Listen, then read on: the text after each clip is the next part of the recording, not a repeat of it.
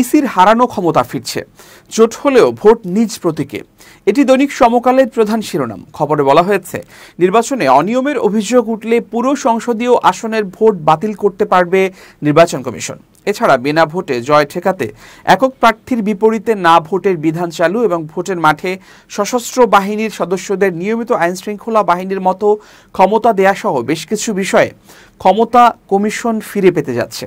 এ লক্ষ্যে ইসির বৈঠকে গণপ্রতিনিধিত্ব আদেশ আরপিও 1972 সংশোধনের খসড়া চূড়ান্ত করেছে ইসি। এখন আইন মন্ত্রণালয়ের যাচাই বাছাই সাপেক্ষে উপদেষ্টা পরিষদে অনুমোদনের পর অধ্যাদেশ জারির মধ্য দিয়ে সংশোধিত এই আইন কার্যকর হবে। ফলে সরকার ঘোষিত আগামী ফেব্রুয়ারির ত্রয়োদশ সংসদ নির্বাচনে এ আইন প্রয়োগ করতে পারবে ইসি।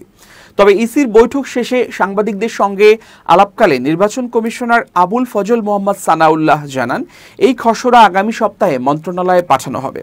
সরকারের সম্মতি পেলে তার সংশোধন অধ্যাদেশ নামে জারি হবে। সেই সঙ্গে ঐকমত্য কমিশনের কোনো সুপারিশ থাকলে তা পরে যুক্ত করা হবে। এছাড়া গতকালের বৈঠকে নতুন দল নিবন্ধনের আবেদন নিয়ে আলোচনা হয় এবং 22টি দলের মাঠ পর্যায়ের কার্যক্রম তদন্তের সিদ্ধান্ত হয়। বাকি 121টি দলকে অযোগ্য বিবেচিত বলে ঘোষণা করা হয়।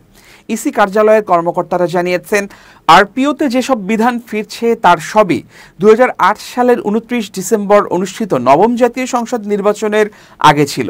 পরবর্তী সময়ে আওয়ামী লীগ সরকারের মেয়াদে অনুষ্ঠিত দশম, একাদশ ও দ্বাদশ সংসদ নির্বাচনের বিভিন্ন পর্যায়ে এসব বিধান বাদ পড়ে।